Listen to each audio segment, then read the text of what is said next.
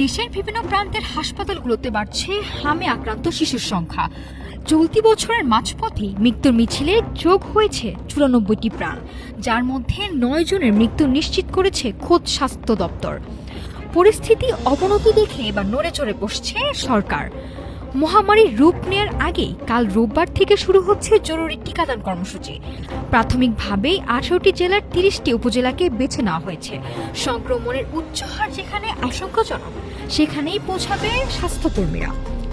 লক্ষ্য ৬ মাস থেকে ৫ বছর বয়সী প্রায় ১২ লাখ শিশুকে সুরক্ষার আওতায় আনা।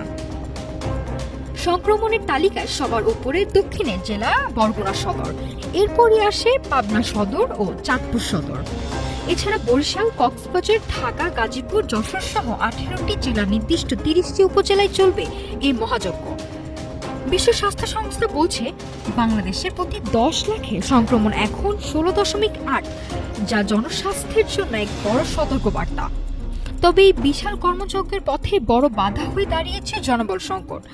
অনেক জেলাতেই মাঠ পর্যায়ে স্বাস্থ্য সহকারী ৩০% পদই শূন্য। এই শূন্যতা মোকাবেলা করে ১২ লাখ শিশুর দোরগোড়ায় টিকা পৌঁছানো এখন সবচেয়ে বড় চ্যালেঞ্জ। গতকাল গভীর রাত পর্যন্ত চলেছে কারিগরি কমিটির বিশেষ সভা। আজ স্বাস্থ্য অধিদপ্তরে উচ্চ পর্যায়ে বৈঠক শেষে তালিকায় আরও ২-১টি উপজেলা যুক্ত হওয়ার সম্ভাবনা রয়েছে। তবে মূল লক্ষ্য একটাই, ভ্যাকসিনের মাধ্যমে সংক্রমণের শিকড় ভেঙে দেওয়া। আতঙ্ক নয়, সচেতনতায় পারে এই মরণঘাতী হাম থেকে শিশুদের রক্ষা করতে। আগামীকালকের সূর্যোদয় যেন নিয়ে আসে সেই আশার বার্তা, যেখানে একটি শিশু আর অকালে ঝরে যাবে না বিনা চিকিৎসায় বা টিকার অভাবে। ঢাকা টুডে।